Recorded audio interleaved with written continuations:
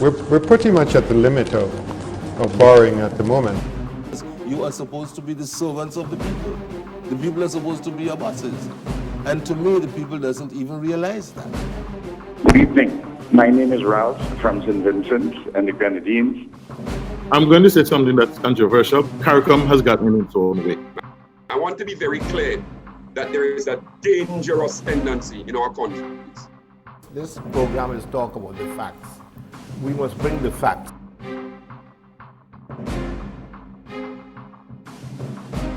Time to face the facts.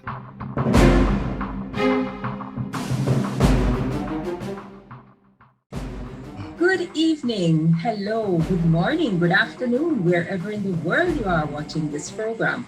Welcome, happy to have you for another edition of Time to Face the Facts. We are in the COVID-19 pandemic. Yes, it is still here. As our friends in Jamaica say, COVID still a keep. It is very much alive and kicking all over the world. And one of the things which is said to be a solution to the problem is vaccinations. Several vaccines are out there on the market being distributed to countries worldwide. So this edition of Time to Face the Facts, we will be looking at mandatory vaccinations, the human rights, the legal, the constitutional implications of that, because several countries, especially in the Caribbean, have been pushing for mandatory vaccinations. I have two quite capable and able guests who will discuss this issue with me, and you will get to meet them as soon as we return from this short break. Feel good facts. Help prevent cold and flu by washing your hands with soap and water for at least 20 seconds. That's the time it takes to remove most germs. No soap and water? No worries when you've got alcohol-based hand sanitizer.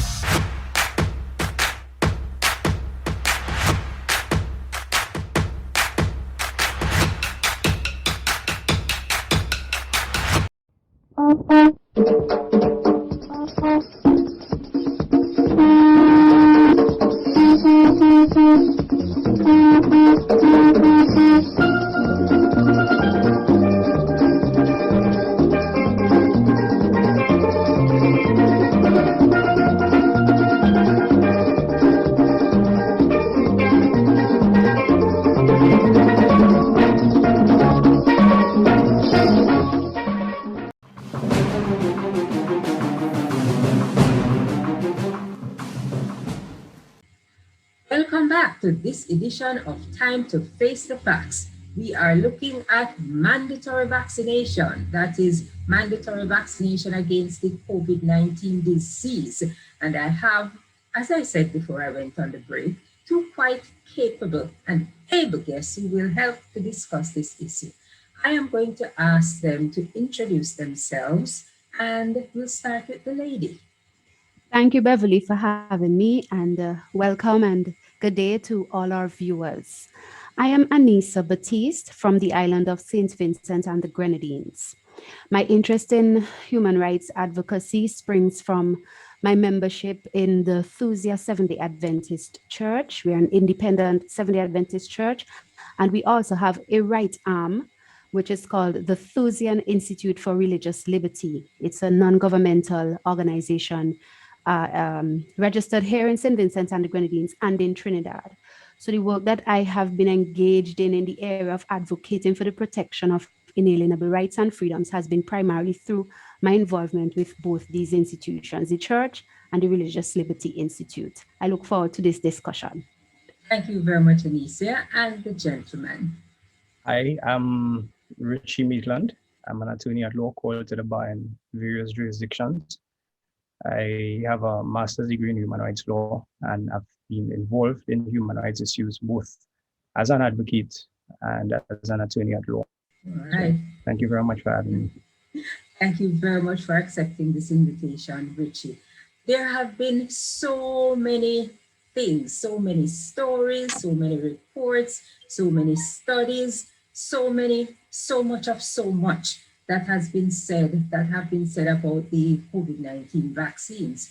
We've heard the good, we've heard the bad, we've heard the ugly, we've heard the spectacular, we've heard some fantastic stories about the COVID-19 vaccines. So we are just going to put our discussion here in a certain context, or in this context, before we launch off. The COVID-19 vaccines are not approved vaccines. What do I mean by that? They are an emergency use drug, which the authorities, the FDA in the United States of America, has enabled them to be used because of what is called a public health emergency.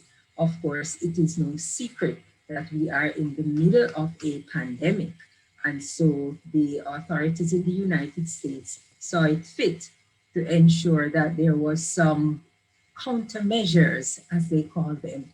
And these countermeasures are supposed to assist in ensuring that there is something to fight against the spread of the disease, which is COVID-19.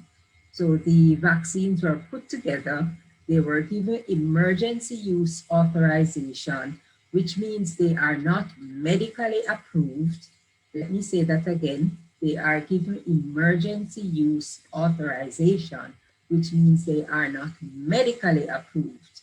There is indemnity for the makers of the vaccines for any adverse effects, and it is within that context that these vaccines are being rolled out and being used all across the world, not as an approved medical product, but as an emergency measure to deal with COVID-19. So let's just put things in that context, because it is within that context that we will have this discussion.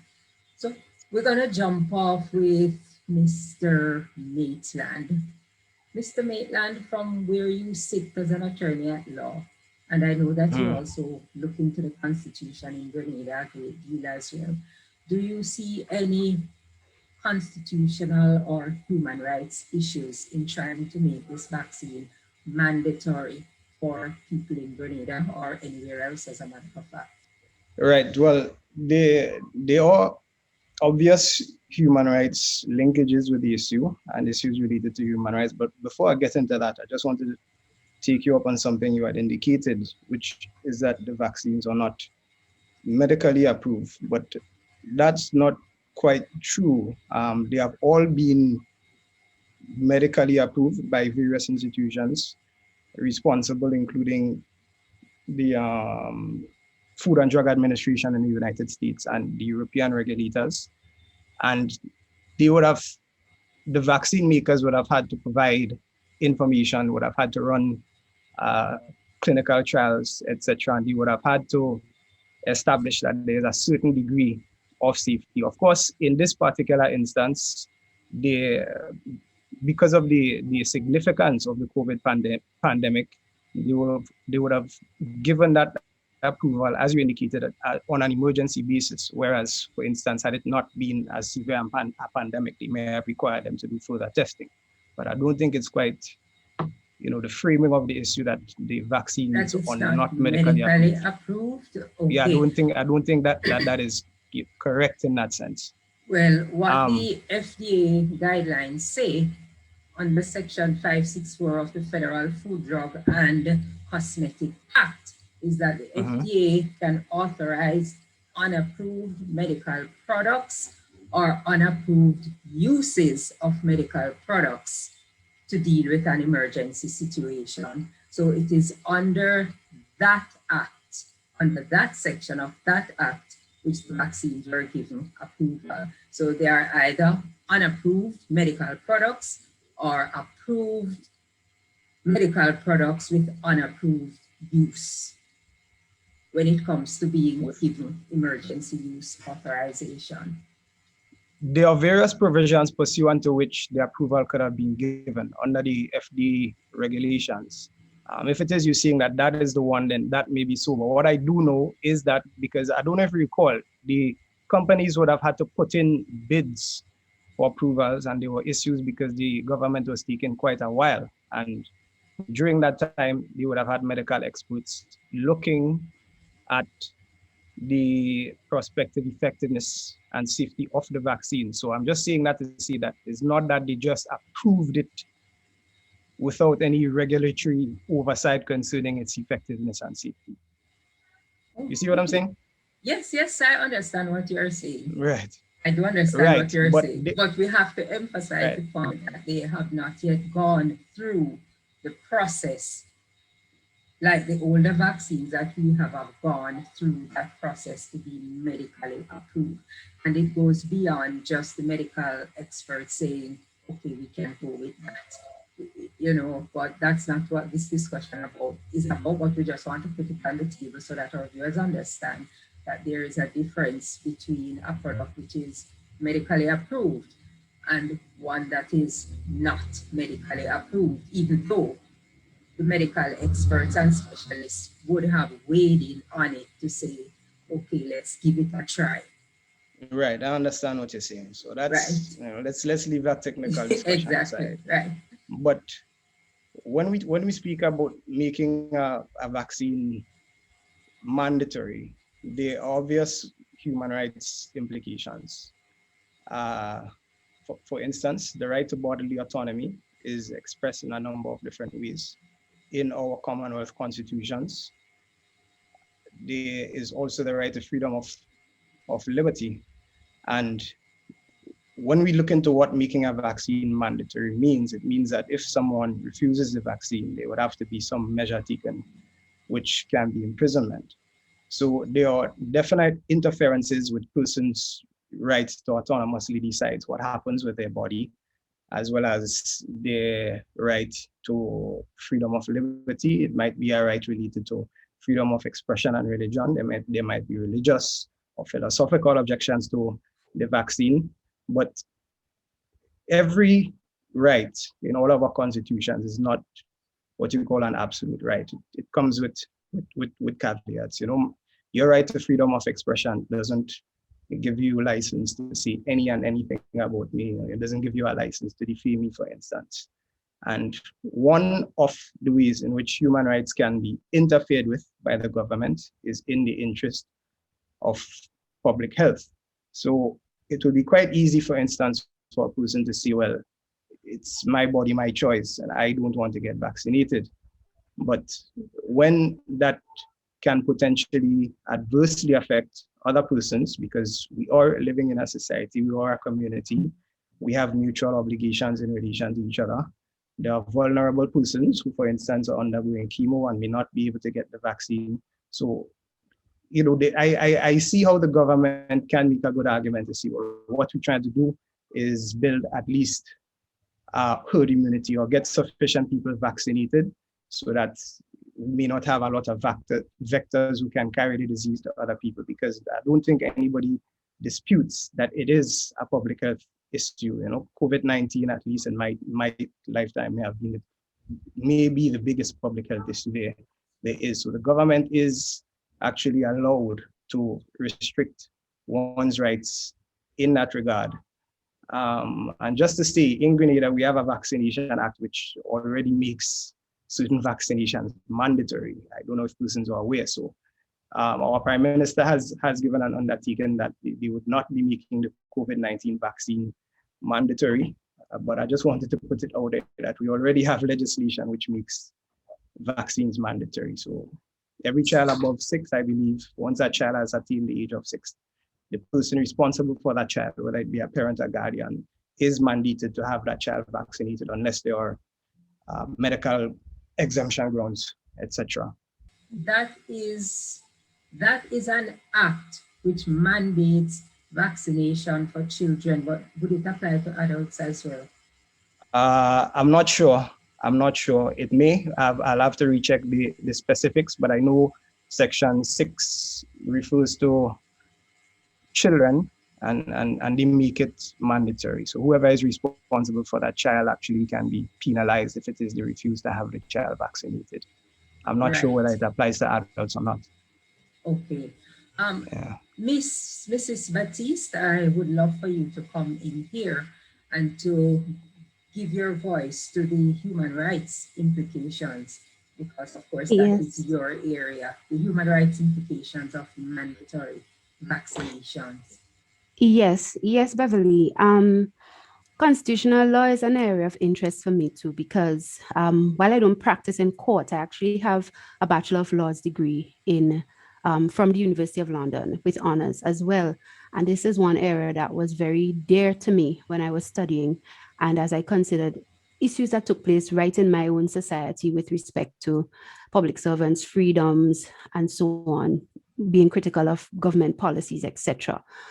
One of the things I'd like to start with, based on the little discussion that ensued between yourself and Richie, I want to affirm what you were saying, because even recently, prominent lawyer Robert Kennedy, a nephew of former President of the United States, John F. Kennedy, he's chairman of something called Children's Health Defense, and he's very much involved in a lot of advocacy work for the protection of rights pertaining to not only vaccines and children, but the issue of environment, the state of the environment and products that are used in the environment and so on. And he had cause recently to write to the University of Rutgers, the State University of New Jersey. He wrote to them on March 26, 2021, after getting numerous complaints and concerns on his desk concerning their intention to mandate vaccination for students to return to university. And he cited the federal law and reminded them of the fact that these vaccines, the COVID-19 vaccines, are not licensed and approved. They are only upheld for emergency use authorization. And I want to cite a portion of what he quoted referring to a case. He said, and I give a quotation here from his letter, he said, "I'd like you to consider that even though many university vaccination requirements for licensed and approved vaccines have been upheld in court, no court has ever upheld a mandate for an emergency use authorization vaccine, which all COVID vaccines are at present. In fact, a federal court has held that EUA vaccines cannot be mandated to soldiers in the US military who enjoy far fewer rights than civilians." He gives the name of the case, Doe number 1 versus Rumsfeld 297, a case of 2003. He said that court remarkably held, quote from the case, "The United States cannot demand that members of the armed forces also serve as guinea pigs for experimental drugs," end of quote. And he went on to explain the context and the implications of EUAs, emergency use authorization drugs. He showed basically that under the FDA law, a person to whom an EUA vaccine is administered must be advised, quote, "of the option to accept or refuse administration of the product, of the consequences, if any, of refusing administration of the product, and of the alternatives to the product that are available, and of their benefits and risks," end quote. So it is true, and this is why I believe all the governments in the region, in one way or the other, let me speak of St. Vincent and the Grenadines. We signed back in February 11th, our government signed an SNRO declaring an emergency usage authorization for the COVID-19 vaccines, and they listed the vaccines in question. And they clearly indicated that it was a voluntary immunization program in the text of the law. Voluntary immunization program. And I believe the reason why it's the case all around is because they know they cannot mandate a product that is still experimental. And when I say still experimental, while it is true, as Richie said, that the manufacturers would have done certain trials, etc., be reminded that in a number of cases, the trials are still ongoing. AstraZeneca phase 3 trials do not come to completion until May of this year. But AstraZeneca has been being rolled out for some months now in different countries around the world. And in the case of Pfizer, Moderna, and J&J, their trials are still ongoing. Some of them don't expect to finish until 2023. So understanding the implications of the fact that while they have rushed these things to market and said, they've claimed, well, we don't have any other choice because it's an emergency, they well know and understand that they cannot mandate these drugs because they have no full proof yet of long-term efficacy and long-term efficacy. Hence, it is important what you put on the table in the beginning, because what we're really talking here, when we're talking about limitations, as Richie mentioned, because it is true, there are limitations that are mentioned in our Constitution. But when we begin to speak of government having power to limit constitutionally protected rights and freedoms, we have to consider the nature of the product we are dealing with. And if we're still dealing with, and as the case is, an experimental product, you have to ask yourself the question, is there a necessary requirement? You have to look at the facts of the situation. Is there a necessary requirement for this product? Do we have evidence that it is reasonably required? Are the risks or are the benefits of it? Do they outweigh the risks associated with the very product, the vaccines, adverse reactions, and so on? And we have to look at proportionality, and we have to look at the question of whether there's discrimination in mandating this product. All of these things will affect our answer to the question of whether or not we can really mandate this type of product, these vaccines. And to touch on something else Richie said, in St. Vincent too, we have immunization law. And there are schedules. And one of the things I note, Beverly and viewers, is that we have not put the COVID-19 vaccines on our schedules. Usually when there's a new vaccine and it is already licensed in that way, like the traditional vaccines, they go and they amend the law and they introduce it into the schedule and they say children of this age and so on should get it and so on and so forth. But in this case, that hasn't happened. They don't dare, because it is just emergency use authorization. Trials are still ongoing. Risks and benefits and efficacy are still to be determined down the road, despite the short-term trials that have been done so far, and they themselves acknowledge this.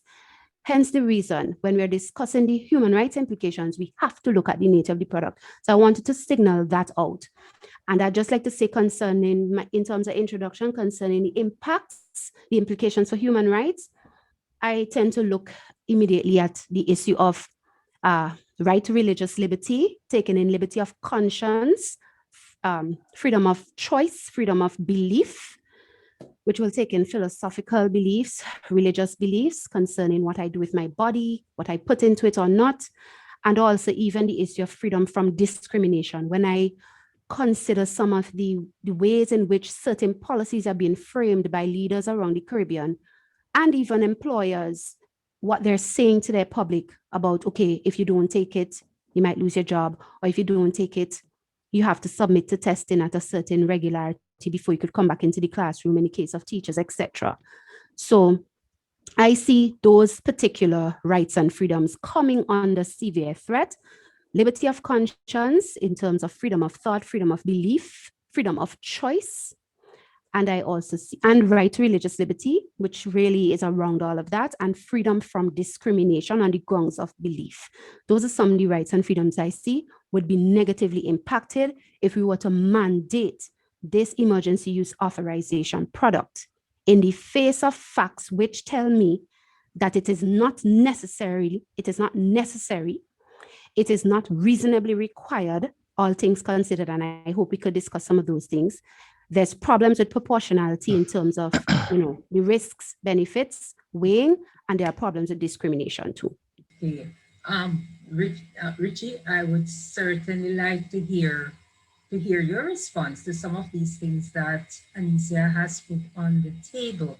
Some of those rights she has mentioned, which she believes will be threatened and will be infringed. How do you juxtapose those with the public good, which is really the area of strength and argument for mandating these vaccines? And already we see certain sectors being highlighted where the vaccine should be mandatory. How do you juxtapose the two, Richie?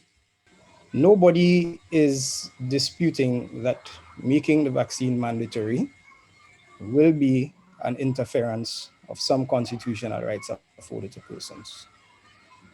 What the Constitution allows for is a balancing exercise.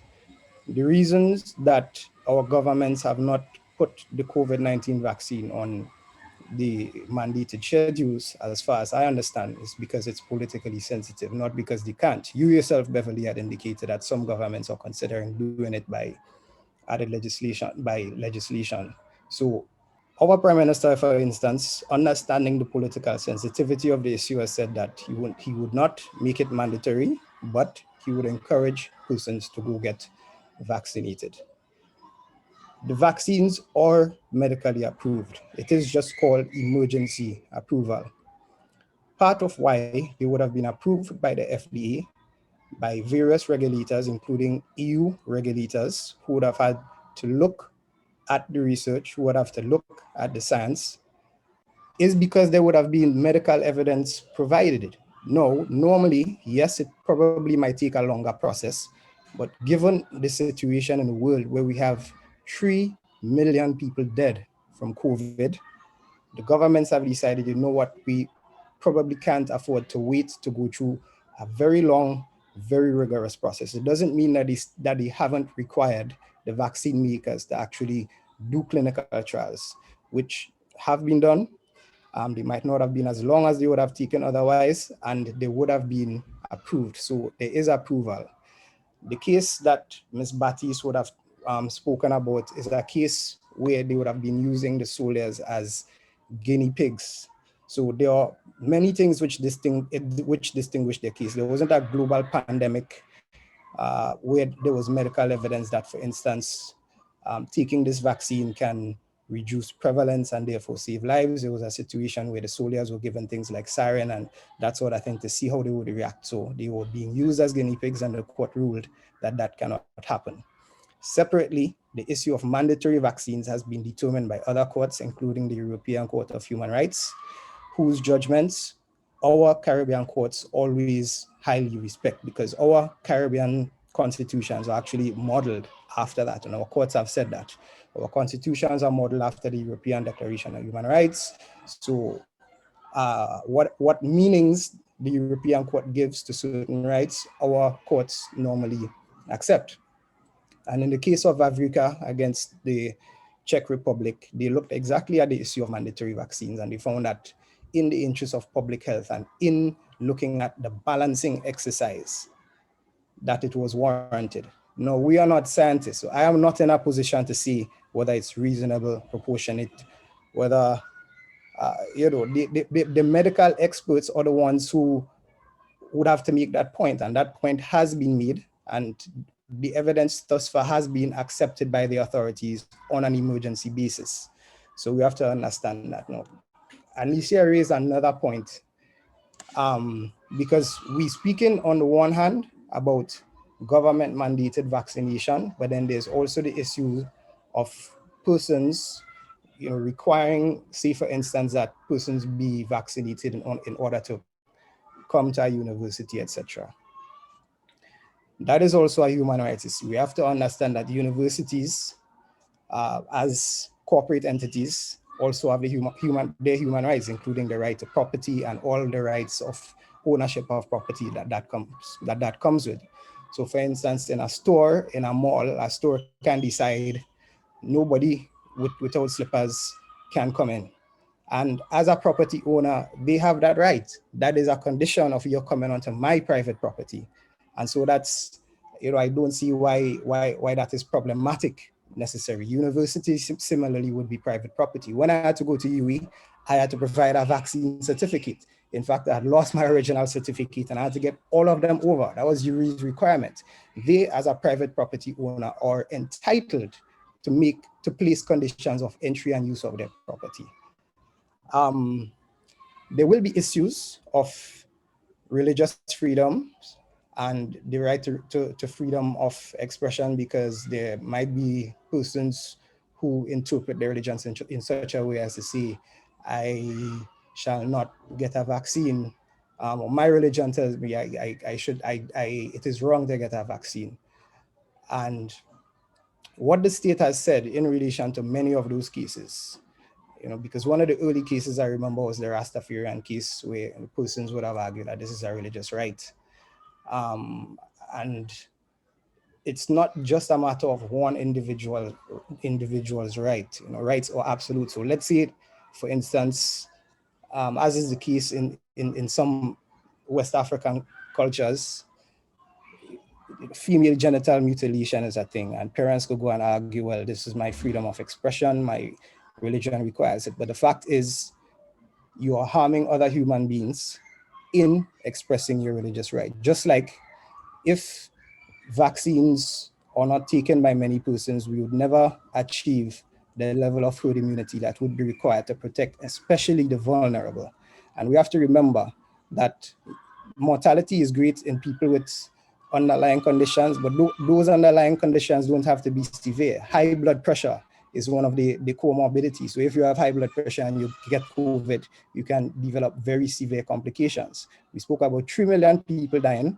There are also many more million persons who have recovered from COVID, but who will have chronic, lifelong, very serious health effects. On that note, we are going to take a short break. This has certainly been a very exciting beginning to the conversation. So viewers, we will be right back. Don't go anywhere, stay with us.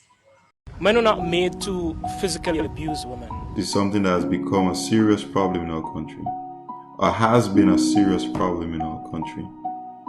Abuse could present itself in many forms. It could be physical, verbal or emotional, and the most egregious, sexual. It's not a good look. It's not right in no form.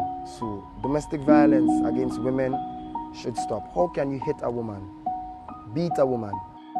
Every form of abuse has an effect on the individual abuse, on their family members, on children, even the community as a whole. I'm a man. I came out of a woman. I love my mother. I love my nieces. So to the children, if you're being abused, talk to somebody that you trust and get your message to the person. This has been a message from the Ministry of Social Development, Housing and Community Empowerment in collaboration with its social partners. If you or anyone you know is in need of help, please feel free to contact us at 440-2269. And remember, a life free from violence is possible.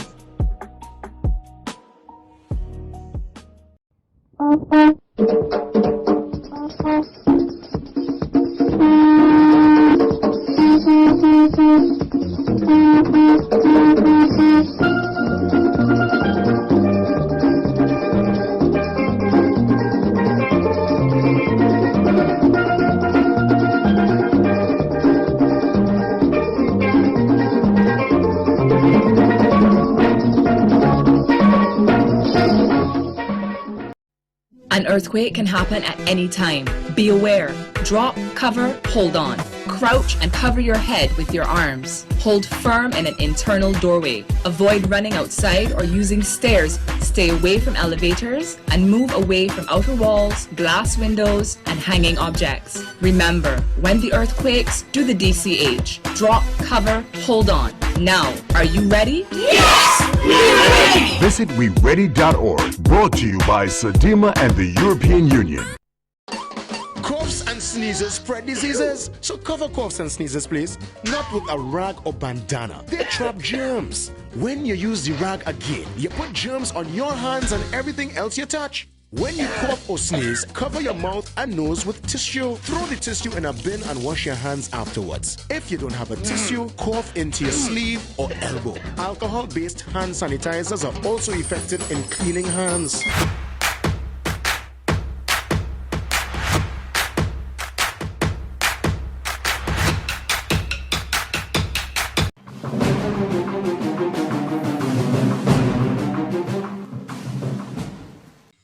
Viewers, welcome back to this very, very exciting edition of Time to Face the Facts.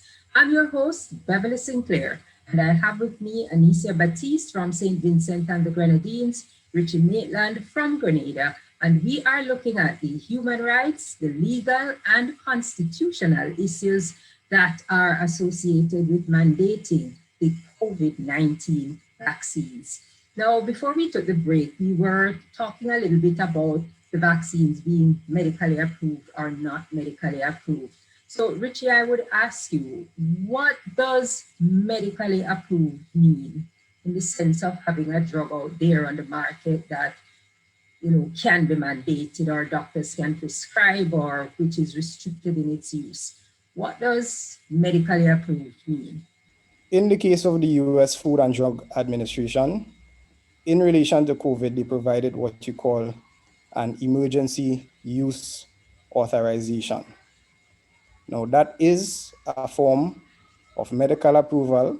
The companies would have had to submit, among other things, in order to get the authorization, the companies would have had to submit medical evidence. So it is medical approval, but it's a sort of shortcut, if we want to put it that way, in face of the severity of the COVID pandemic. But it is a medical approval. It's just called an emergency use authorization. So there is an authorization where they would have considered medical expert evidence. Okay. Do you have anything different about medically approved, Anicia? I think the issue, though, is not so much the term medically approved, because there's no denial that they were approved. What needs to be understood is that the status of these vaccines, the status of their approval is not the same as the other vaccines. They are emergency use authorization products, and the FDA is very clear about the implications of that and what it means. The very fact, and I refer back again to what was stated in the law, and that's what you were referring to earlier.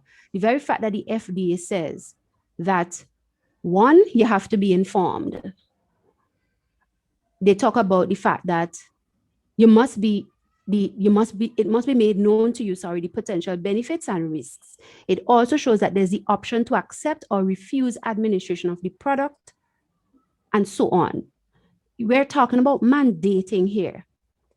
If under an EUA, you have the right to refuse, it means it cannot be mandated.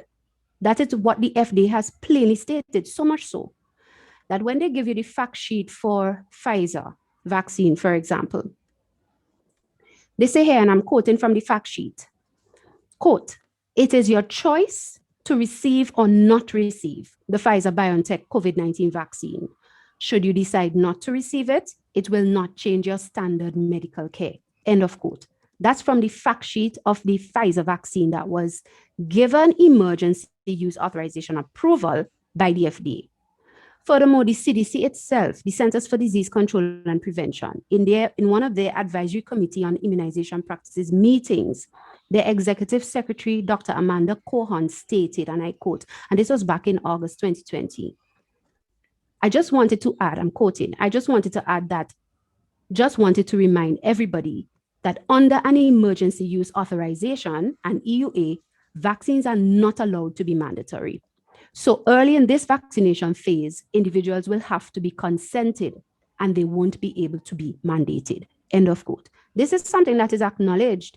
And that's the point I'm making. I'm not talking about other vaccines that have been mandated before and so on. We're talking about these COVID-19 vaccines and the difference between them and whether or not we could justify mandating. And I'm saying, due to their status as only EUA approved products, they cannot be mandated. To sort of respond to what Maitland said about the case I referred to, the issue of the case was not just because the soldiers were being experimented on, in the sense of like how bad experimentation sounds. The issue too was because the product was experimental. It was an EUA product. And this is the issue that prominent lawyer Robert Kennedy is making, that when you're dealing with an EUA type status product that, yes, has been given some approval because it's out there and it's approved, but as an EUA, its status does not permit you, if you go way back into the early law, doesn't permit you to mandate it. And that's the issue he was making. Right. And it is actually the law. Right. So that is true under the FDA regulations, but there is also another regulation which allows the president by order to essentially nullify that provision, allowing persons to refuse emergency use authorization products. And a major part of the case concerning the soldiers, yes, that among other things, they were experimental, but what was experimental? There wasn't a pandemic happening. there wasn't a vaccine that could have potentially helped many persons. There wasn't a proportional link between what was being happened. So on a full balance of the rights of everything, the court decided that this was wrong. But we are talking about a totally different situation. Well, that's what I hope we could get into now in terms of discussing whether or not it would be justified under these circumstances. But by itself, the nature of the product under held law, and even if persons, states, and so on want to come and say, all right, we're still going to mandate it despite what federal law says, they would be up for some serious lawsuits because there's no law right now that is allowing not them true. to mandate. It is true. The federal, name me one law right now, one court case right now that allows local states above the federal law to mandate EUA products. I'm talking about federal law. 10 USC section 1107E, which is part and parcel of the same FDA regulations concerning EUAs, and that persons can be given the right to refuse. And the section I quoted allows the president to waive the requirements. So in other words, the president can say, despite this section, and because of how serious a particular situation is, I am not going to allow people to refuse, essentially. I understand that, but the president in America has not even done that. And that's the point I'm making. Their own federal law is saying that you can't do it. Local states may try, and I'm saying if they do, they're going to face lawsuits where people are going to say, look, you're transgressing federal law, which is above the laws of the local states. But I understand what you're saying. I think we're talking across purposes.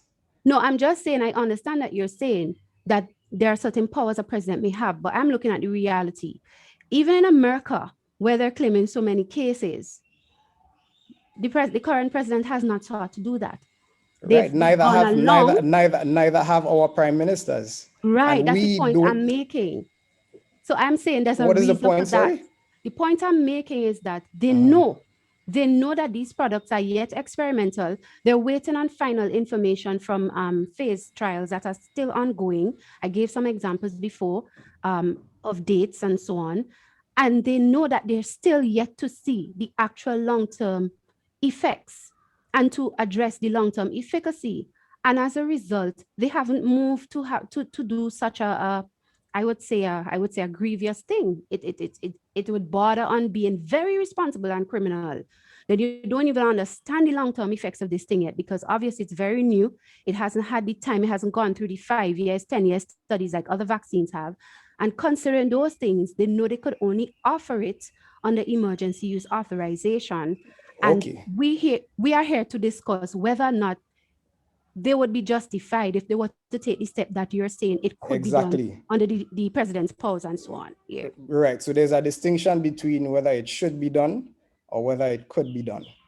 And of course, it would ultimately fall to somebody bringing a constitutional claim for a court to pass a pronouncement that would make it clear what the position is and it being appealed so that we have a higher court decision. But my current understanding of the law is that it can, in fact, be done in the particular circumstances, given what we are facing. So yes, we might not know the long-term effects of the vaccine, but what we do know is the immediate effects of the virus and also some of its long-term effects, which are all very extreme. 3 million people dead, many more millions left debilitated for life. And I think in that circumstance, if that evidence is what is presented before a court, of course, among other things, the court would have to consider the risks, which would also be medical evidence. But I think they provided that the medical support, that the medical evidence supports a particular cost-benefit analysis, the government would be justified under the health limitation. That is my view. Yes, I disagree with that view based on the information I have, and I hope we could discuss some of that. Right? Yes, we are definitely going to discuss some of that. But again, I did mention that a lot of things have been put on the table, and a lot more will be put on the table. Because what we are looking at, as Richie said, is whether or not it could be done on the one hand, and if it should be done which means, are we in a situation where this would be absolutely necessary for us to go to the extreme, and it is an extreme, to say we are going to mandate that all persons or certain categories of persons? Because here again is where we seem to have some issues, Richie and Anicia. Even while our governments are saying mandate, they are also cherry picking, I would say, certain categories of people where the vaccine would be mandatory. For example, hotel workers, for example, teachers. And we're saying that these categories of workers, you want to mandate the vaccine for them, but then other categories of workers are just, they're not mentioned at all. So how do you deal with this? And I know that earlier, Anicia, you mentioned discrimination, but would this be seen as discriminatory if you mandate the vaccine for teachers, for hotel workers, for hospitality care workers, and not for other sectors of workers? Yes, in my view, based on the facts, it would be seen as discriminatory because I'll give you an example right here in St. Vincent and the Grenadines. Our leadership had said, cabinet had the Ministry of Education write a memo to public servants, including teachers. They had been on lockdown, like most of the country, and they were at home doing online teaching and so on. And now they're attempting to reopen and have them return to the classrooms. And the memo essentially said to them that you had to be vaccinated. And if you refused vaccination, you would have to agree to being tested every 2 weeks, at least every 2 weeks. This submission or subjecting to testing would only be for teachers who were not vaccinated. These teachers have to interact with children, and as much as the incidence of COVID-19 among children has not been reported to be as high as, say, among adults, they can get infected and they can also transmit. Children who are not going to be vaccinated, the teachers who have been vaccinated, who are also still subject to infection and transmission of COVID, based on the knowledge we have, that the vaccines don't prevent infection, they don't prevent transmission. They say that they only will assure you a mild illness.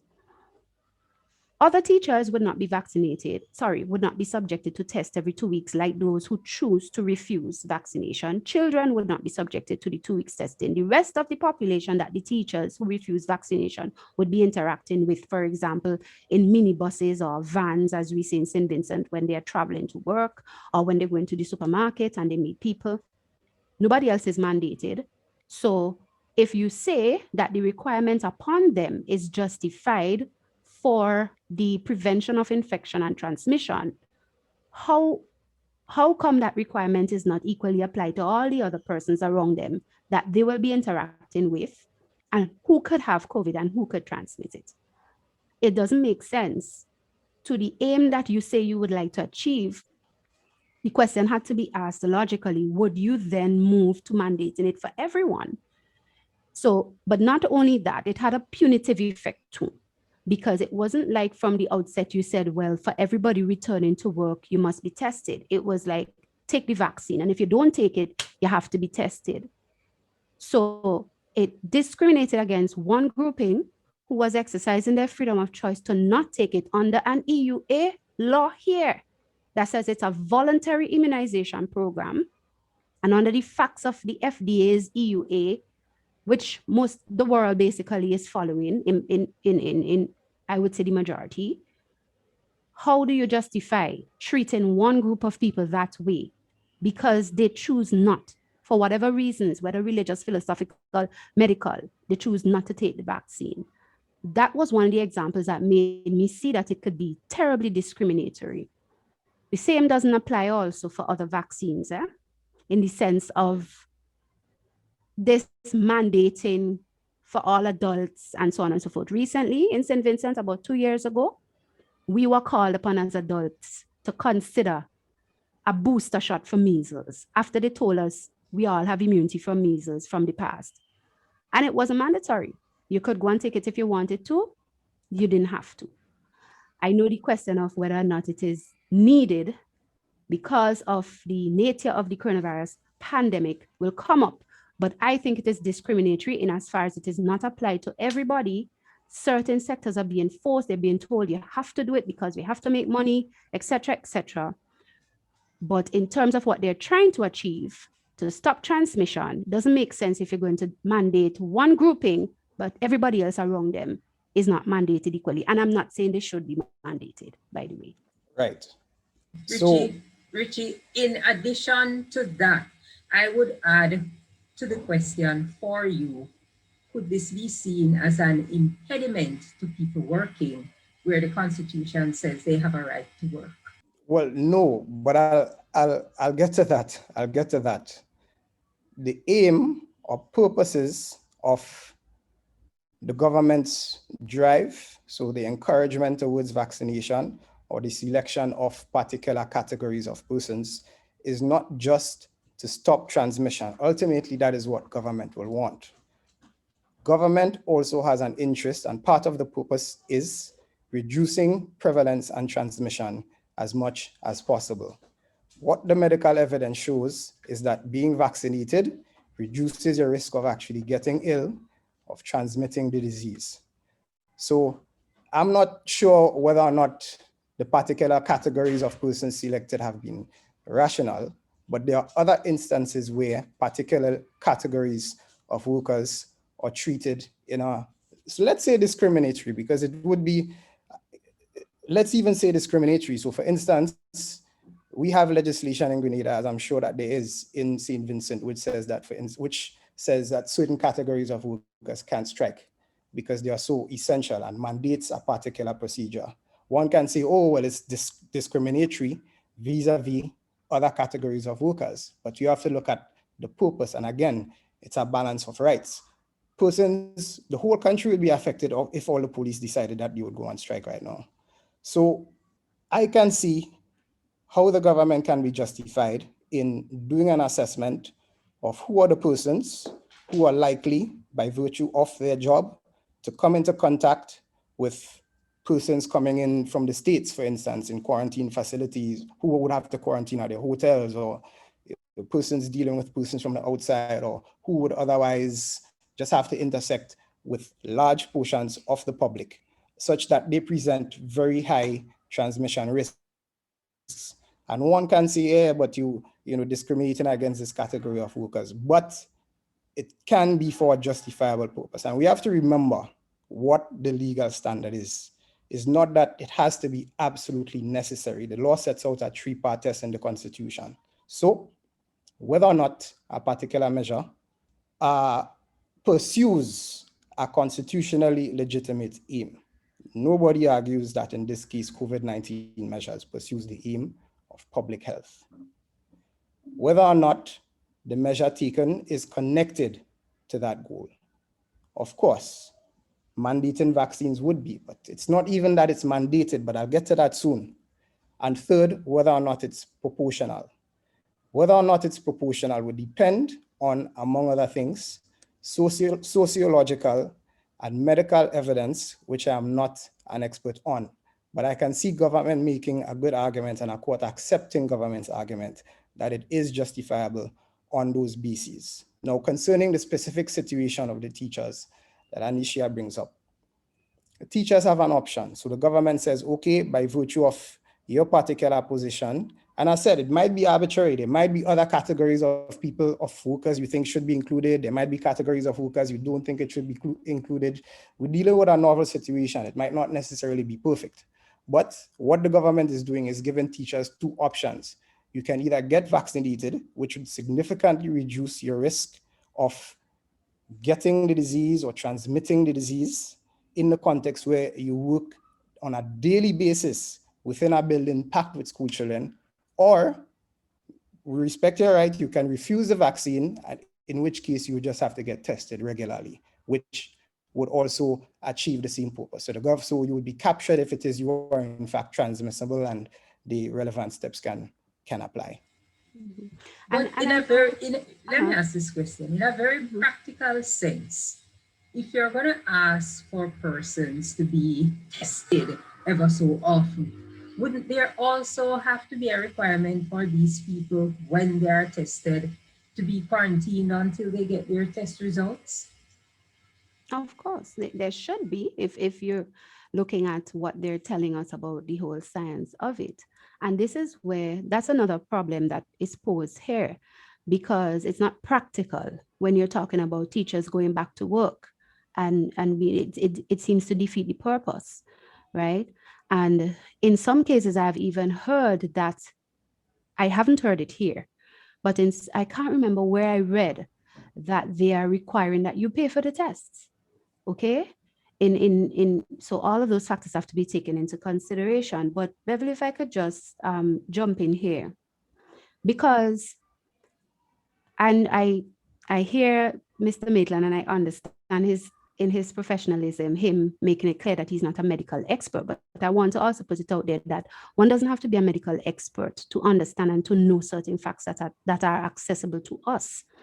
And one of the things I have a problem with is that over and over, we are being told in our region by our health authorities and so on, we need to take the vaccine. 70% of us need to take it in order to get herd immunity. 70% of us need to take it for things to go back to normal.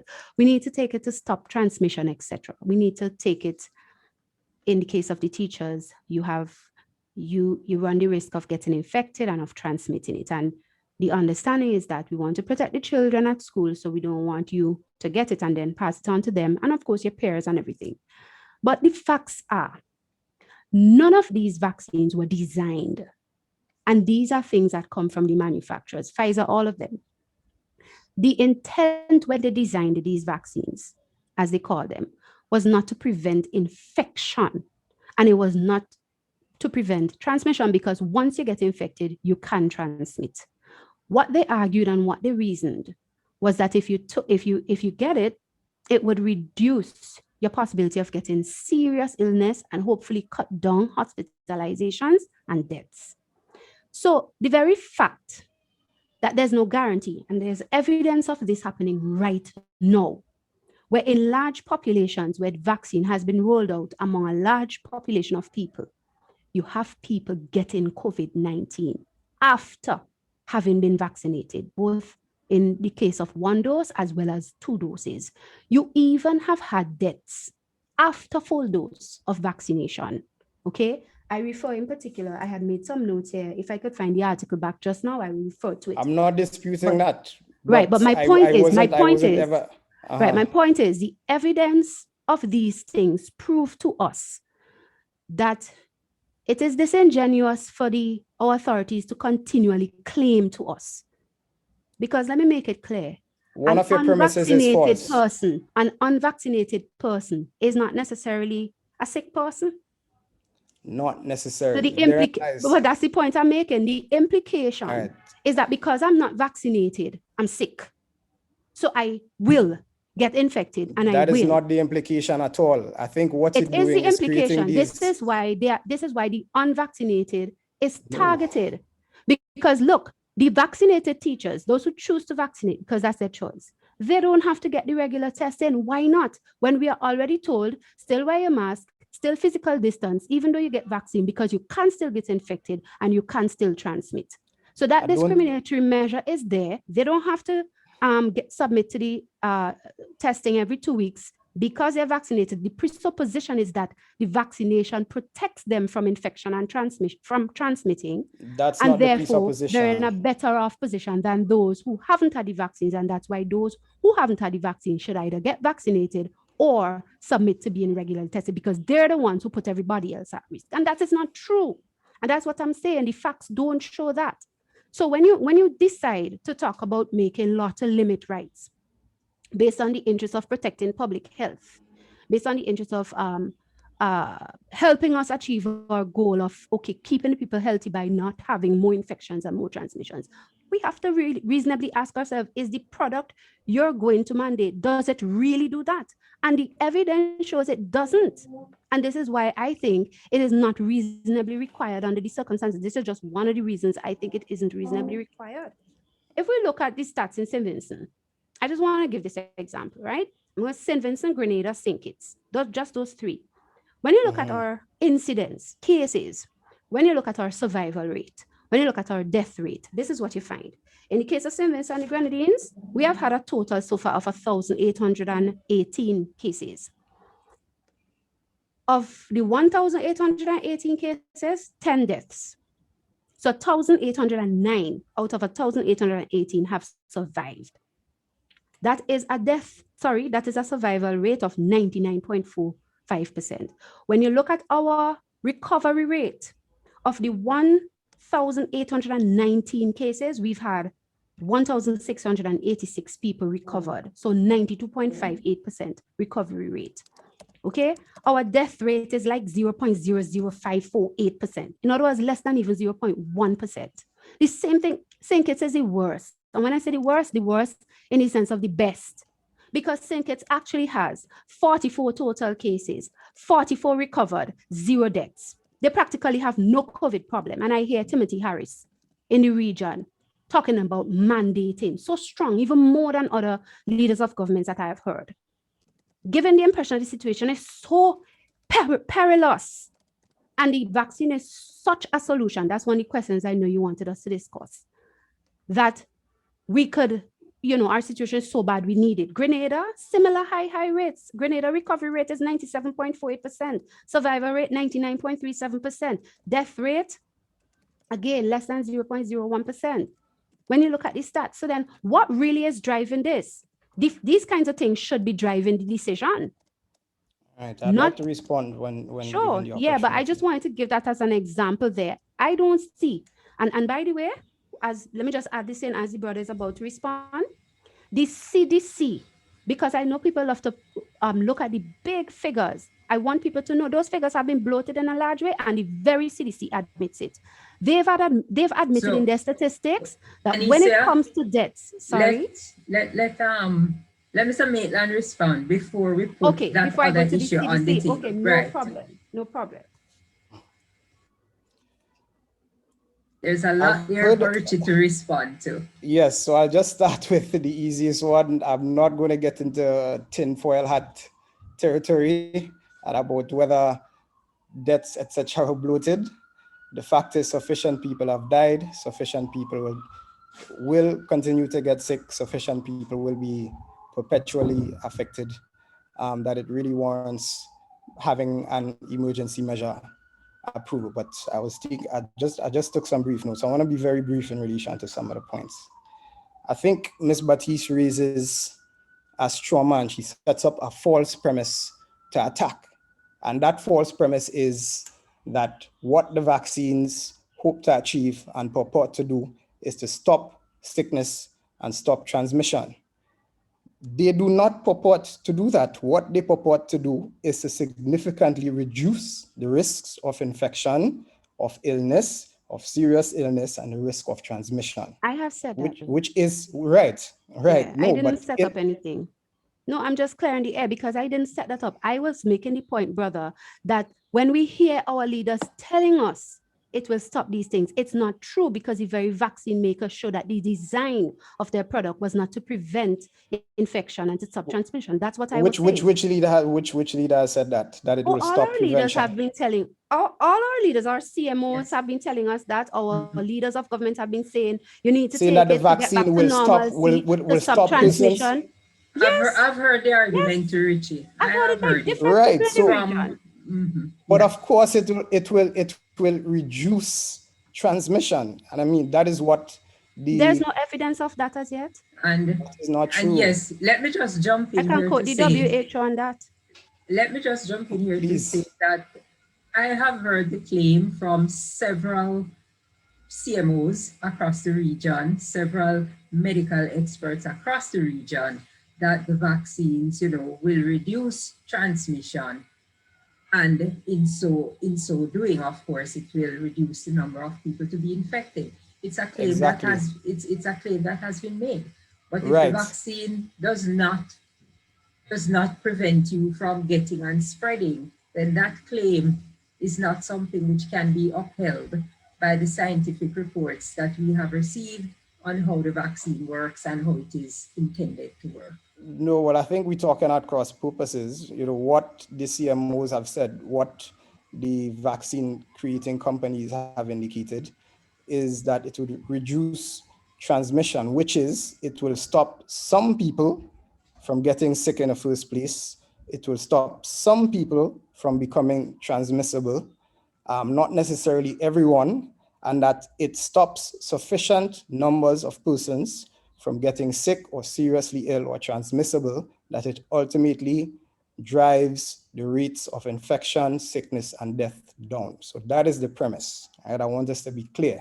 Nobody is saying that the vaccine will stop everybody from getting sick or from transmitting.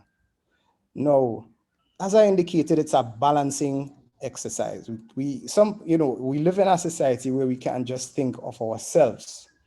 We have vulnerable people. We have young children who might not have the same robust immune system as we do. We have elderly persons. We have many persons in the Caribbean with NCDs who COVID will affect quite negatively.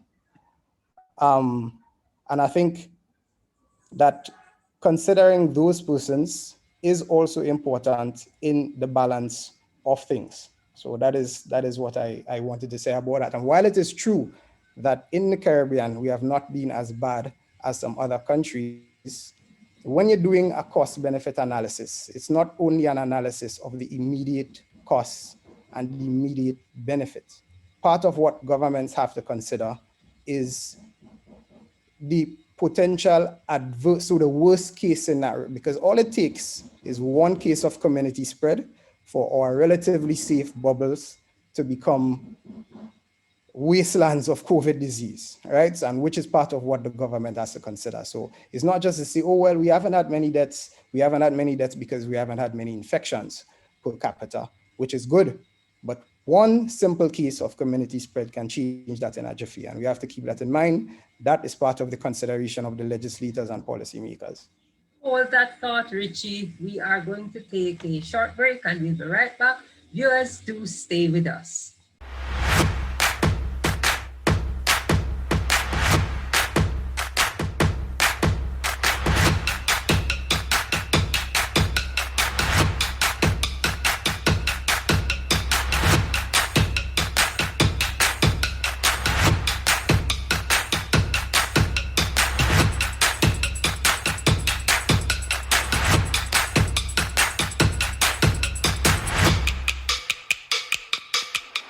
No one should live in fear of the person they love, children included. This is something that is really becoming an issue within our country, and we need to make necessary steps to stop it. It seems like sexual violence against women and children has become habitual. Abusers, Mr. Sickle, it ain't macho to get on. So I said no, I said no, I said no, nowhere.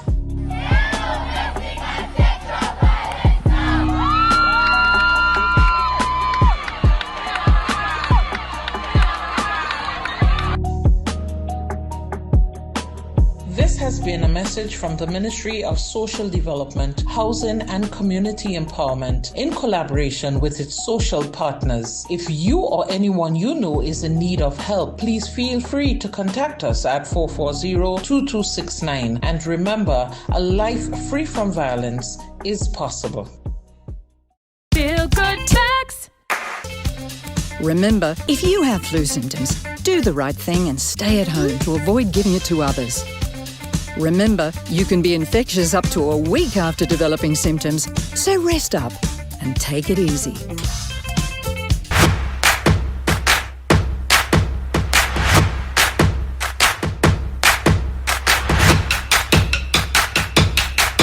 I remember when this beach was really wide, a place to picnic and play cricket.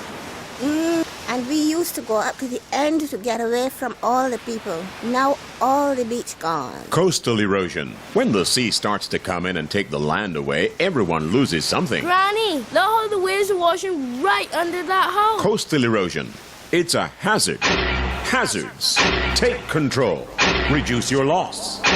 What can you do to help stop coastal erosion? For one, don't drive four-wheel vehicles on seaside dunes. They loosen sand and destroy binding vegetation, causing erosion. Find out more about coastal erosion and other hazards at your local disaster office. A message from the National Disaster Management Agency and SEDERA.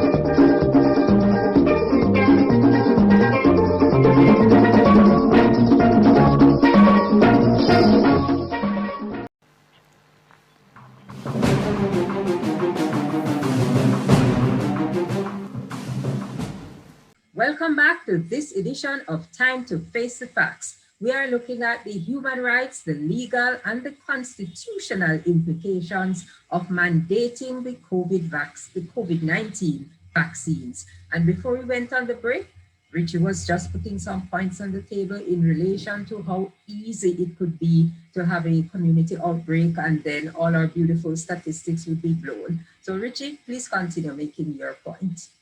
No, I think I've made the point.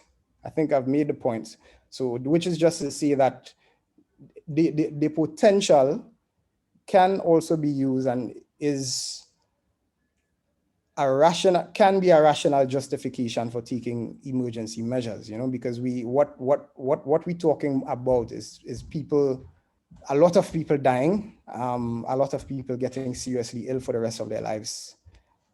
And yes, we have low transmission rates now, but that can change with one person who skips quarantine. All across the region, we have seen various different types of responses from the public to taking the vaccines. And I don't know if the hesitancy in some cases, which have been said to be high, is one of the reasons why some heads of government are talking about mandating vaccines. And I say it again, I do not know, because there have been reports that there is hesitancy among the citizens to take the vaccines.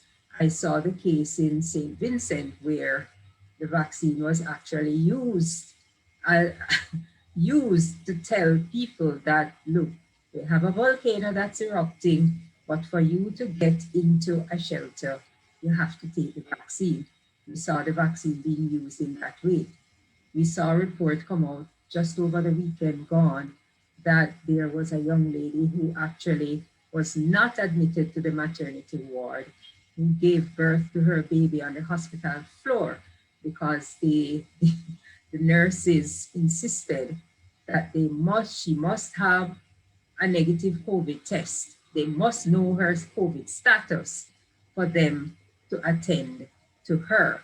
Now, when there are these kind of extremes being put out there, even without any such law in place, Anisia, how do you treat with these kinds of actions when at this time there are really no laws in place?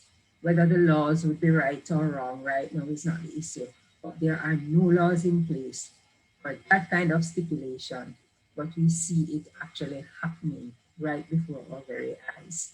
How do we deal with that?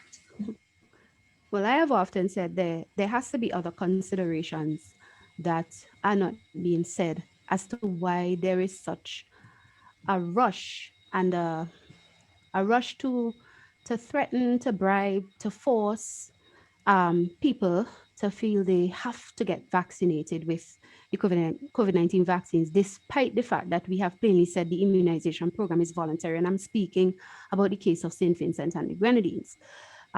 What we've heard our authorities say to us repeatedly The Prime Minister himself has been on record saying, oh, the vaccines are going to expire by June and I can't let those vaccines go to waste. And those sort of expressions literally have come out of his mouth. And of course, persons have rebutted with, well, you should have really tried to see who wants it or not because it's voluntary and then determine how much you would buy, etc. But obviously, after paying lip service to voluntary, etc., now we're basically being made to feel that we have to take it. I just want to make a slight, I don't even know if to call it a correction.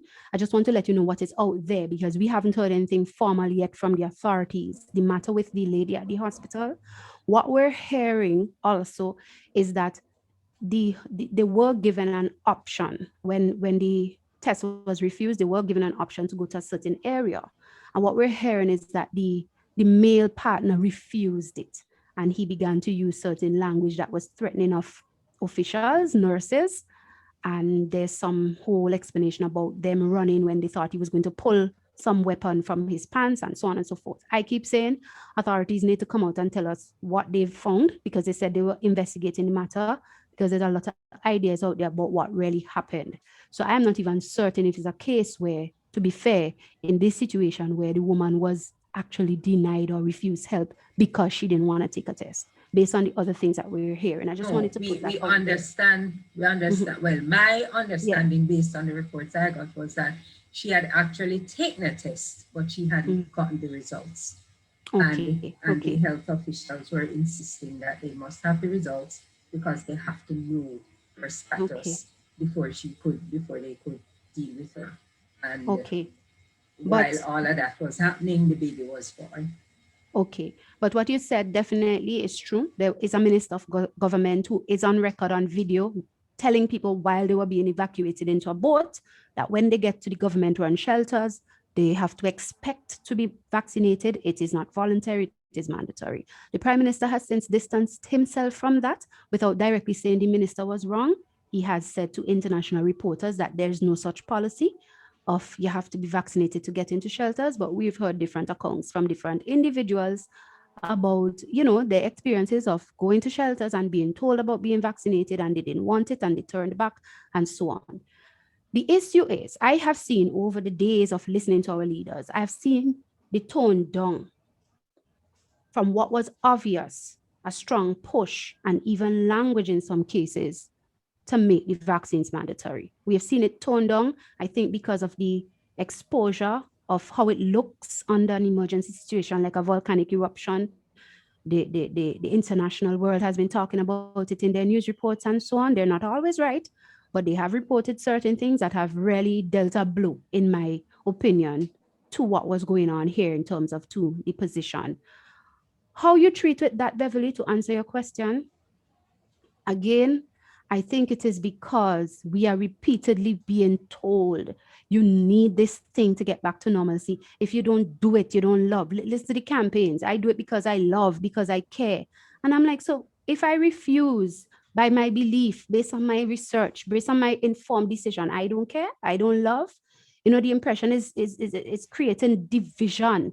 People are thinking because you choose not to, you're a bad person. These things are not right. This is an EUA product. You have the option to refuse. There should be no vaccine tyranny. Nobody don't mandate us to take Tylenol. Nobody don't mandate us to take even HIV drugs if you have it. Nobody don't mandate us to drink water, right? And when you talk about infecting others and so on, again, I go back to my basis and I want to bring in the CDC stats here. When I said that the stats have been bloated, I am not saying it based on my impression or opinion or some straw man argument I'm building up. The fact of the matter is the CDC data shows that there's a 99.7% survival rate. When you look at the rates in terms of the ages, the age groups, okay, where we expect it to be the worst, which is among those with comorbidities and more ageable persons, even there, the survival rate is 99%. And when it comes to the issue of deaths, many of the cases we were told were COVID-19 deaths, were attributed to COVID-19. It is evident there now on CDC's site, and you can check it out. You can go there and you could look where they talk about comorbidities and so on, and they have certain tables. It has been shown that 94% of the total figures that we've been given over and over were not attributed to COVID-19 alone. There were many other underlying problems that the people died from. When it comes to literally the cases that list COVID alone, it's like 6% of them. So if you were to rework the actual figures, what you would end up in the case of St. Vincent is a situation where, if this were possible, less than one person actually out of the 10 actually died from COVID. When you look at what was reported about the people's situations, the point about it is, I'm looking at, in the case of the CDC stats, well, first of all, they did give us some information when they reported on those deaths. They would usually tell you like what situation the person had. I don't know how it's done in Grenada. Well, we had 10, you all had 1. But in our reportings, they actually would tell you what comorbidities the person had. Now, I cannot say that I have personally investigated each case. But my point is, when you look at the table of the CDC, they actually acknowledge that in cases where it was COVID alone, it was like 6%. 94% had a whole set of other issues. I'd like and then you respond. had the disappearance of a whole set of figures pertaining to flu. Richie, like, where has the flu gone? Richie, want to come in here? Let him respond. Where's the flu gone? The flu is still around, but I'll keep the issue related to cases were called COVID. Yeah. Let's hear from Richie on this. Right. The CDC has indeed said that many of the persons who have died from COVID had what they call comorbidities. The CDC has also made it explicitly clear that this does not mean that they did not die of COVID. They have indicated that the test that they apply is the but-for test. So somebody may have had diabetes, controlled diabetes, they've been living fine. Somebody may have had blood pressure, high blood pressure, they've been living fine. But for the COVID-19, they would not have died. Therefore, they count it as a COVID death, which for me is perfectly rational. So the issue of comorbidities, I mean, many people across the Caribbean have diabetes and hypertension, and those are often some of the comorbidities that kill people. So I'm not really getting into that comorbidity argument. The fact is they would not have died but for COVID. Because you've just defended the case that you say you're not getting into it, but you have, because you've just defended the viewpoint that they did in fact die from COVID and not the comorbidities. But one thing to note is this, and it is the fact that CDC and WHO's guidelines gave permission to list COVID-19 deaths, even when it was just, and I quote, suspected or probable. So if we want to say, well, we don't know for sure, then we have to say too that we don't know for sure, then therefore, if the people actually died from COVID. And all I use is the table of CDC to see that if I wanted to know for sure, I would certainly gravitate towards those instances where the COVID-19 was the only cause, as opposed to those where there were so many other comorbidities with the COVID, and they don't know for sure because they allowed for the listing of cases where COVID was just probable or suspected in the death. I'm just laying it out there. Right, but of course, it's always a matter of probability. So in other words, but there were cases where they knew it was COVID. Let Richie respond. Let Richie respond. So it's not always a case. Let Richie go ahead and respond, Denise. Yeah. Mm-hmm. No, this pandemic, we're only about a year into this pandemic. Governments and public health officials didn't necessarily have a blueprint for how to do this. In the earlies, there was a lot of information still being developed. At this point in time, we now know much more.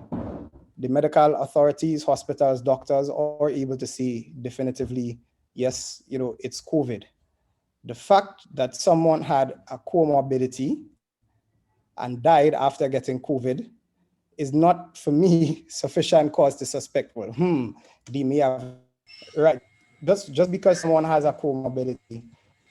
Yeah, I was just making the point that if someone's healthcare provider, primary healthcare provider, who would of course know the person's medical history, says that the likelihood is that they died because of the COVID and not because of the diabetes, then I am going to accept what that person, as a medical expert and as the person who has been dealing with a particular patient, says.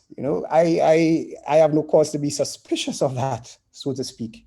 But when we look at the whole situation, I expect that there is going to be a lot of changes in the stats that have been gathered over the last year.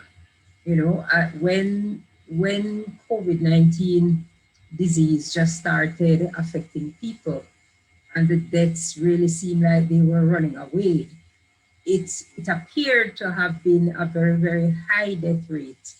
And now 1 year later, according to the figures, you can see that the death rate is really very low. And it is very unfortunate that people have died, It has been real traumatic for families and for people all around the world. We in the Caribbean have certainly had our fair share with our friends and relatives in the diaspora who have passed away during this pandemic. But after gathering the stats for a year, we can see that the death rate is very low. And as an observer, I see a lot more emphasis being put on the vaccine than on other measures, which brings us into the realm of reasonably justifiable with the recovery rate and with the other measures that seem to work. And I'm not talking about lockdown, because lockdown to me is really not an option. That was an emergency facility to kind of settle your head and decide where you're going to go. But locking down a country is certainly not an answer. So outside of the vaccine, would you say that there are other reasonable measures that could be taken to deal with COVID-19 disease in light of the high recovery rate, in light of the low death rate? Couldn't our officials then, with all the energy that's being put in vaccines, wouldn't it be reasonable, looking on it as an observer, to say, why aren't we putting energies in like nutrition, teaching people how to eat properly to boost their immune system, and continue with some of the other things that we've been doing, which have worked? Yeah, sure. I've made the same observation as you, Beverly, because the emphasis is in fact on the COVID-19 vaccines. So I'm putting that question on the table, but when we come back, we will hear from both our guests on whether or not the emphasis that's being put on vaccines could be spread out and used in other areas as well. Don't go away, viewers. We will be right back on this edition of Time to Face the Facts.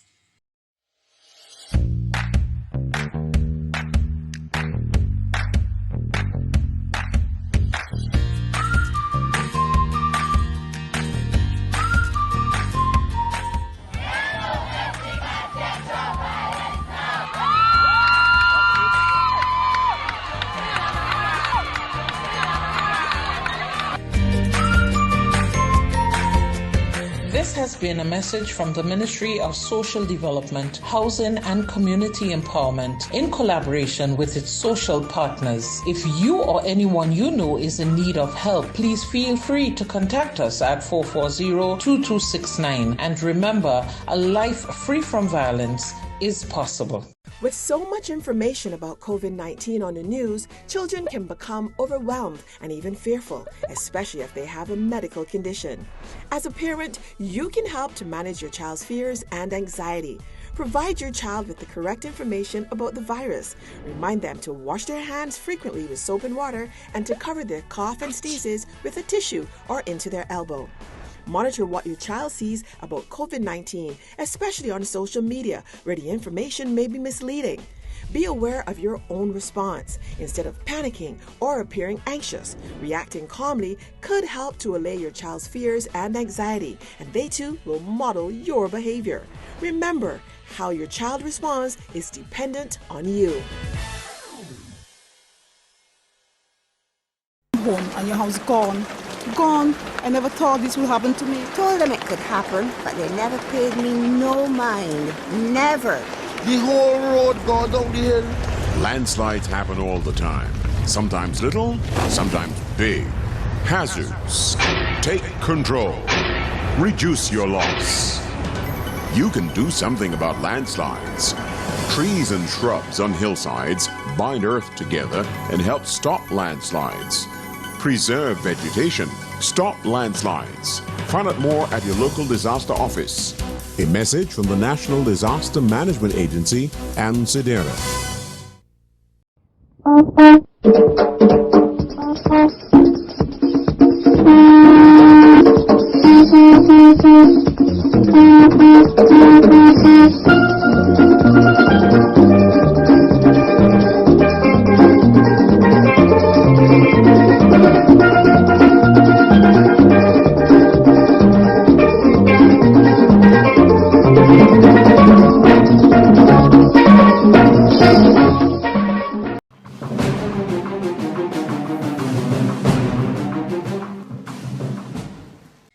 Welcome back, viewers, to this edition of Time to Face the Facts. I'm your host, Beverly Sinclair, and I have with me Anicia Batiste, a human rights activist from St. Vincent and the Grenadines, and Richie Maitland, a lawyer who specializes in human rights from Grenada.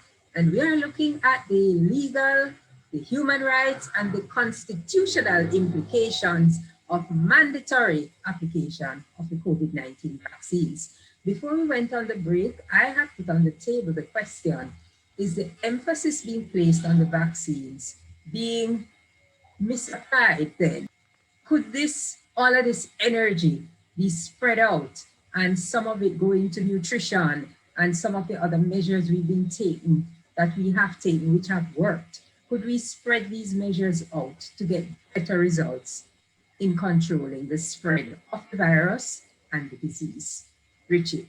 Right. So I think there are definitely other measures that persons being more healthy, eating healthier, exercising can also reduce persons' chances of getting ill, etc. And I do see some health providers placing emphasis on that, also for other reasons, just related to general health.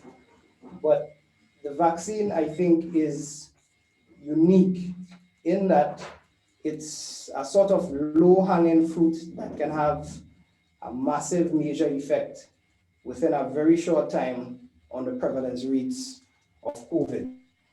We also have to think about cost effectiveness. In many instances, we are getting this free. If government, let's say, had an alternative that persons had to be tested every week, that would be a tremendous cost. I would dare say, propose that it might be millions of dollars a year.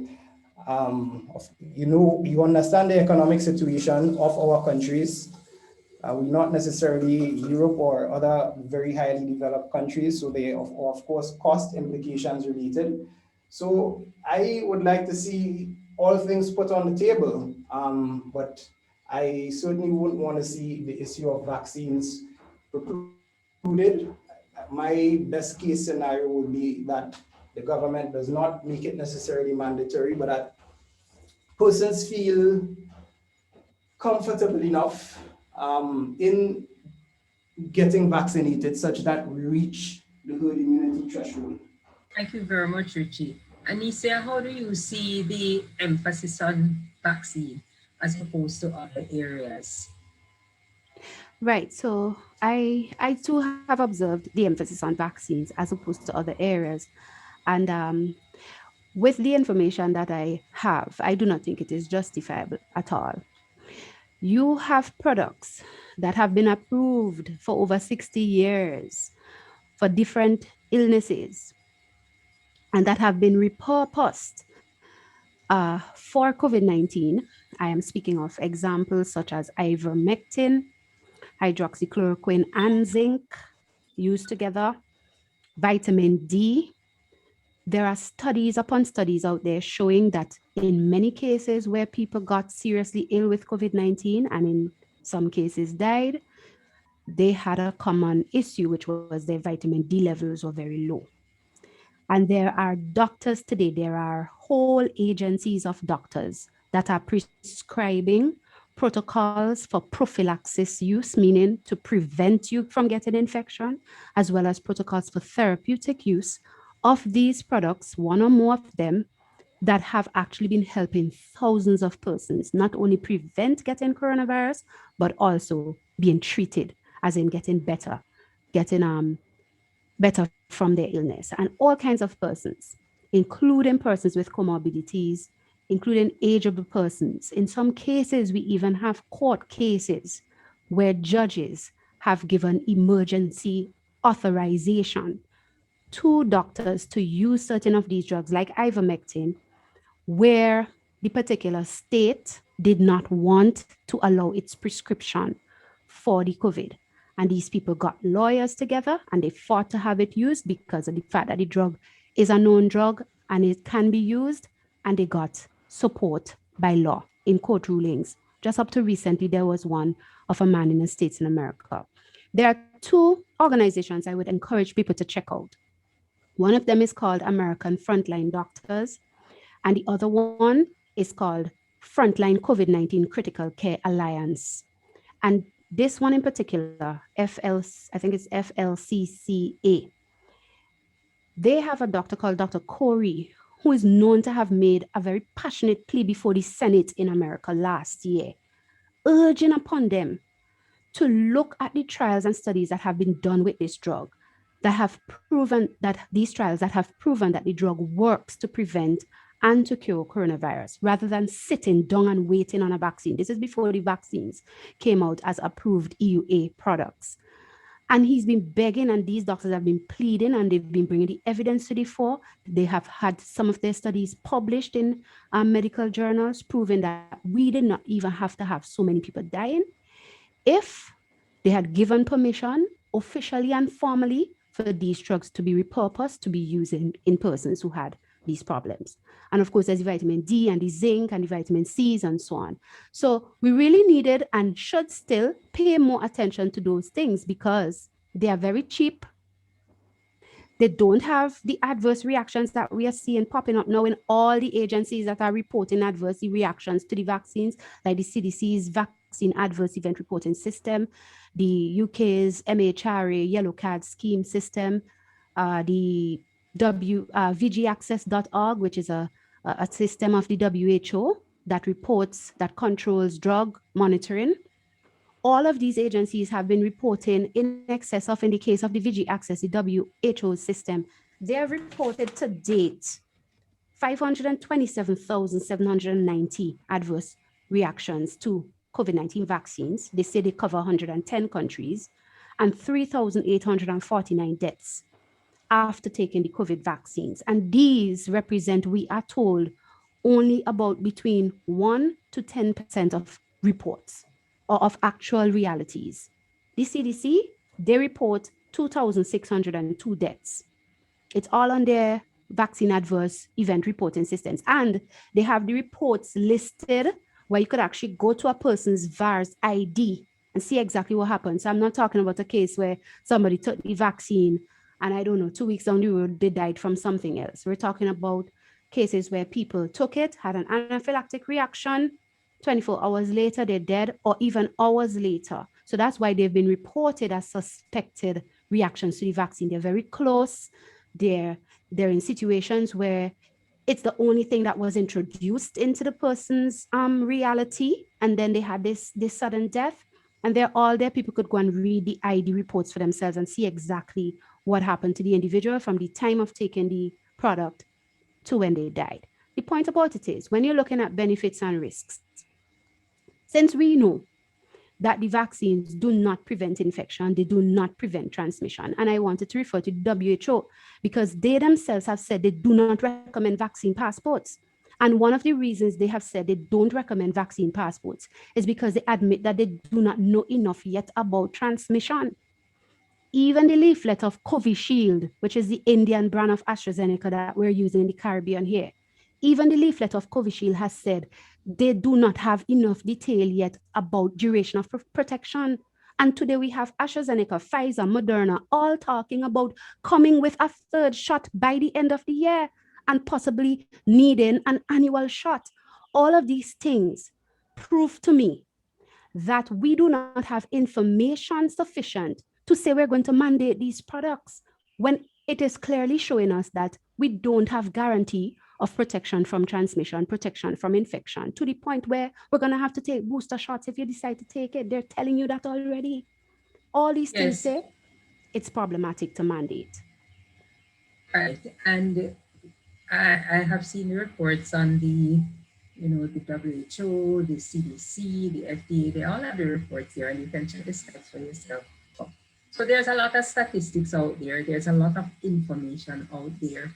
The important thing is to be informed. I'm going to ask both of you at this stage if there is anything that you didn't discuss, anything we didn't talk about, which you would like to just leave our viewers with as we get into the closing moments of this program. Richie, anything else you'd like to put on the table that we haven't discussed as yet? Right. I'd just like to make the point that every single vaccine carries a risk that a very small percentage of persons would have serious side effects. So we're talking about even the vaccines that are currently mandated for children, MMR, and numbers have been quoted concerning how many persons have gotten ill from the vaccine or died, but it would be interesting to see what ratio. And the WHO, the CDC has said that the ratio of persons who have had serious side effects is so small that it doesn't justify pulling back on the vaccination program. No, I want to reiterate, because one of the points Ms. Batiste was making is that, our death rates are so low, recovery rates are high. It's not only about death. Many persons are left with very serious illnesses even after they survive. And we are talking about millions and millions of people. Yes, if you're looking at it per ratio, one would say, but the death rate is in America is, quite low. Are we talking about 3 million people? Right? That's quite a high figure, if you ask me. So I think it's easy, because for a lot of persons the situation is sort of removed. But I have known 3 persons who've died of COVID-19. I appreciate how serious it is, and I understand how in this particular situation, it is an emergency situation. I don't think anybody doubts that there might be measures that the government has to take that might be seen as, they say drastic times call for drastic measures, that might be seen as drastic, but when weighed against what we are faced with, I see a strong possibility of, and of course it depends on what exact type of measure we're talking about, but there are certain measures I certainly think a court would allow as being constitutional. Thank you, Yes, Richie. And Anissa, anything you want to put on the table that we haven't so far? Yes, definitely. This is a developing situation. And it is for this reason that we have, in an April 15th report from the CDC, they admit that there have been over 5,800 COVID infections in fully vaccinated people. That's in the US. 74 of them have died. 7% of them required hospitalization. That's over 300 after being fully vaccinated. And in Israel, they reported that they had like 12,000 persons getting COVID after being vaccinated with the What's the Pfizer ratio? vaccine. What's the ratio? I don't have the ratio, but the point is just as much as we wouldn't downplay, and this is the issue, people's deaths, because I've known people who died too, and I have also known people who've had blood clots since taking AstraZeneca. Personally, I've also known people who have suffered adverse reactions that not even the government would acknowledge, because, and I'm talking here now about our government, because it's just not done. But the point about it is this: since there are these risks, since these are the realities, this is why it shouldn't be mandated, because you can never tell if I will be at risk. And you cannot mandate a person to take a risk. Look at what is happening. J&J. Recommendation has been made by the CDC and the FDA for J&J's vaccine to be suspended over the issue of blood clots. All the others, AstraZeneca, by the UK's medical agency, as well as the EU medical agency, they've all admitted that there's a link to blood clots. Now you may say, well, how many people still got blood clots? The point is, you don't know if this individual will be at risk when they take it.